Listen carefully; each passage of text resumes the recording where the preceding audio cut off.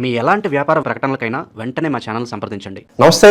ఈరోజు మన స్టూడియోలో ప్రముఖ ఆధ్యాత్మికవేత్త, ఐకాన్ ఆస్ట్రాలజర్ గట్టిపల్లి సురేష్ బాబు గారు ఉన్నారు. సో గురుగారితో మాట్లాడేద్దాం. నమస్కారం గురుగారు. జై శ్రీమన్నారాయణ. గురుగారు, దేవీ నవరాత్రుల్లో భాగంగా 4వ రోజు ఇంటి ఆచారం ఒకటి ఉంటుంది, ప్రాంతీయ ఆచారం ఉంటుంది. ఎవరు వాళ్ళకి నచ్చినట్లుగా అమ్మవారిని వివిధ రూపాల్లో వివిధ అలంకారాల్లో కొలుస్తూ ఉంటారు. సో సింపుల్గా ప్రతి ఒక్కరు కూడా ఇంట్లో చేసుకునే విధంగా పూజా విధానం ఏ విధంగా ఉండాలి, ఎటువంటి కష్టమైనా కూడా దూరం అవ్వాలంటే ఆ రోజు మనం ఎలాంటి కార్యక్రమాలు చేసుకోవాలి గురుగారు? అలానే మనకి ఈ యొక్క దేవీ నవరాత్రులు చాలా ప్రత్యేకత. ఇరు రాష్ట్రాల్లోనే కాకుండా మన భారతదేశం మొత్తమే కాకుండా యావత్ ప్రపంచంలో కూడా తెలుగువారు ఎక్కడైతే ఉన్నారో మతాలతో సంబంధం లేకుండా చేసుకునేటువంటి పండుగల్లో ఒకటిగా కొలుసుకునేటువంటిది ఈ యొక్క దేవీ నవరాత్రులు. ఈ దేవీ నవరాత్రులు మనకి దసరాగా పరిగణలో తీసుకుంటాం. ఈ దసరా కొన్ని ప్రాంతాల్లో అయితే ఒక్కొక్క రకంగా వారికి నచ్చినటువంటి విధానంలో కొలిచేటువంటి ఇదైతే ఉంది. జువి చెట్టు, అలానే మనకి తులసి మాత, వీటికి కూడా పూజించుకునే విధానం అయితే ఉన్నది. అమ్మవారి రూపంతో కొలుచుకొని వాటిని కూడా పూజించుకునే విధానం చాలా ప్రాంతాల్లో ఉంది. పాలపిట్ట కథ కూడా ఉంటుంది కాబట్టి ఇవన్నీ కూడా మనకి వేరే కథ.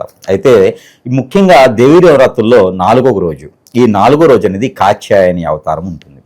ఈ కాత్యాయని అవతారం రోజున గురువారం వస్తుంది. ఈ కాత్యాయని అవతారం గురువారం చేస్తారు కాబట్టి కొన్ని ప్రాంతాల్లో వేరు అవతారాలు కూడా వేసేటువంటి ఇది లేకుండా పోలేదు. పార్వతీ మాత అవతారం వేస్తారు, లేకపోతే లలిత అవతారం వేస్తారు. ఈ 4వ రోజున ఏంటంటే ఒక్కొక్కరు ఒక్కోలా ఉంటుందన్నమాట. అయితే ముఖ్యంగా మనకి ఏంటంటే కాత్యాయని అవతారం అనేది ఉంటుంది.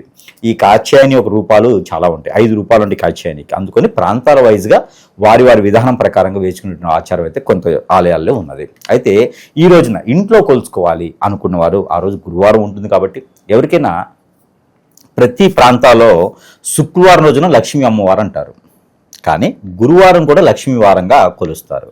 అయితే ఈ గురువారం రోజున కుబేరుని స్వామికి, అలానే మనకి వినాయక స్వామి వారిని, వాళ్ళతో పాటు కాత్యాయని ఈ అమ్మవారిని కొలుచుకోవడం వల్ల, ఈ అమ్మవారి అవతారం పేర్చుకోవడం వలన ఇంట్లో బొమ్మల కొలువులు కొలుచుకోవడానికి అనువుగా ఉంటుంది. అలానే కొంతమందికి వాయనం అంటారు, అవి మొక్కుబడులు ఉంటారు అనమాట. ఆ వాయనాలు ఇచ్చుకునే దానికి కూడా ఆస్కారం ఉంటుంది. ఆడపిల్లలు పెళ్ళైన తర్వాత తొలి పండగగా చేసుకునేటువంటి వారు ఆషాఢం తర్వాత తొలి పండగగా చేసుకునే దసరా అప్పుడు కూడా వాయనం ఇచ్చుకునేటువంటి విధానం అయితే ఉంటుంది. సారే వాయనం అంటారు. అదికి ఈ గురువారం రోజున వారికి అనుకూలంగా ఉంటుంది. ఇది కాత్యాయని అంటే ఇంట్లో కోడలతో సమానం.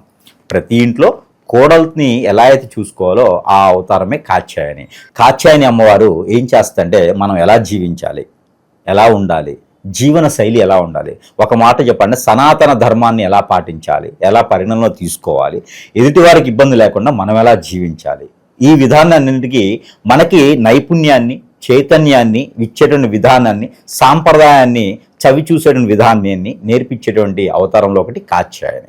ఇకపోతే మనకి ఏదైనా ఆరోగ్య సమస్య వస్తే ప్రకృతి ప్రకారంగా మనం ఎలాగా నిలదొక్కోవాలి, మనం ఎలా జీవించాలి, భయపడకుండా ఎలా ఉండాలి చూసుకునేటువంటి అమ్మవారే కాత్యాయని.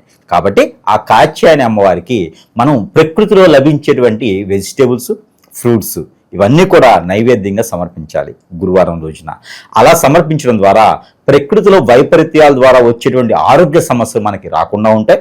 ప్రకృతిలో ఎలాంటి ఇబ్బంది లేకుండా మనం కొనసాగించేలాగా, జీవనశైలి కొనసాగించేలాగా ఉంటుంది. కాబట్టి ఆ రోజున మనము నైవేద్యం సమర్పించాలంటే కనుక వెజిటేబుల్స్, ఫ్రూట్స్, డ్రై ఫ్రూట్స్ లాంటివి ఆ రోజు సమర్పించుకుంటే అష్టైశ్వర్య ప్రాప్తే కాకుండా ఆరోగ్య ప్రకారం కూడా బాగుంటుంది. ఇకపోతే పిల్లల్లో అయితే బొమ్మల కొలువులు కొలుచుకునే విధానం ఈ రోజు కూడా మనకి ఉంటుంది. ఏది 4వ రోజు కాత్యాయని అవతారంతో ఉండేటువంటి వారికి బొమ్మల కొలువులు, పిల్లలతో ఆడుతుంది ఆవిడ, పెద్ద ఆవిడతో ఆడుతుంది, శత్రువుల్ని దూరం చేస్తుంది.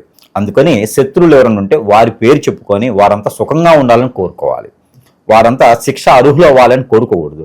వారు కూడా నన్ను ఇబ్బంది పెట్టేలా ఉండాలి అని కోరుకోండి, ఖచ్చితంగా వారు దూరం అవుతారు. ఎవరైనా మిమ్మల్ని ఇబ్బంది పెడుతున్నారంటే కాత్యాయని అవతారం రోజున అమ్మవారి దగ్గరికి వెళ్ళేసి 2 అగరబత్తులు వెలిగించేసి అమ్మవారికి హారతి ఇచ్చేసి ఏదైనా డ్రై ఫ్రూట్స్ కానీ, ఫ్రూట్స్ కానీ, వెజిటేబుల్స్ కానీ నైవేద్యం పెట్టేసి అమ్మవారికి ఎవరి దగ్గర నుంచి ఇబ్బంది ఉందో వారి తరపున కోరుకుంటే మనకి మంచి చేస్తుంది ఆవిడే అమ్మవారు. కాబట్టి కాత్యాయని దేవుని పూజించే విధానం ఇలా మనం కొలుచుకుంటే చాలా బాగుంటుంది. కాబట్టి ఆ విధమైనటువంటి విధానాలు చేసుకోవాలి. మరొకటి ఏంటంటే మనకి తెలియని శత్రువులు చాలామంది ఉంటారు. ఆ శత్రువు గురించి కూడా అమ్మవారికి చెప్పుకోవాలి. నేను చేసేటువంటి పనిలో కావచ్చు, నేను వెళ్ళేటువంటి దారిలో కావచ్చు, నాకు తెలియకుండా ఏదైనా అయి ఉంటే కనుక నా తరపున తప్పుంటే నన్ను క్షమించండి, వారిని కూడా క్షమించండి అంటే వారిని క్షమిస్తూ లేదో కానీ మనం క్షమించి వాళ్ళకి శిక్షిస్తుంది. అయితే మన మంచితనం ఎలా ఉంటే అమ్మవారు అలాగ మనకి దీవెనలు ఇస్తారు.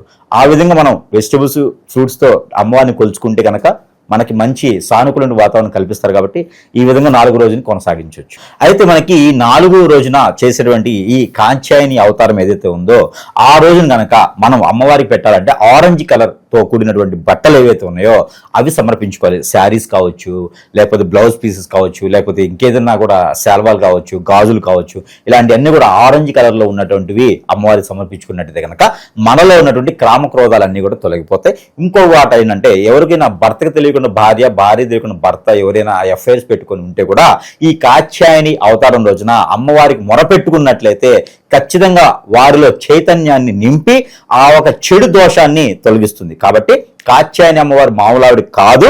ఎవరికి ఎలా సమాధానం చెప్పాలో, ఎవరికి ఎలా బుద్ధి చెప్పాలో కూడా అలా ఆవిడ నవ్వుతూనే చెప్తుంది. కాబట్టి ఈ విధంగా కాత్యాయని అవతారం చేసుకున్న వారు ఖచ్చితంగా సుఖానికి దగ్గరగా ఉంటారు, దుఃఖానికి దూరంగా ఉంటారు. కాత్యాయని అమ్మవారు చాలా గొప్పవారు కాబట్టి ఆ విధంగా మీరు చేసుకుంటే కొనసాగించవచ్చు. సో ఓవరాల్గా 4వ రోజు సో పూజా విధానం ఏ విధంగా ఉండాలి, ఎలా అమ్మవారిని ఆరాధించాలి, మీ మాటలో చాలా బాగా వివరించారు. ధన్యవాదాలు.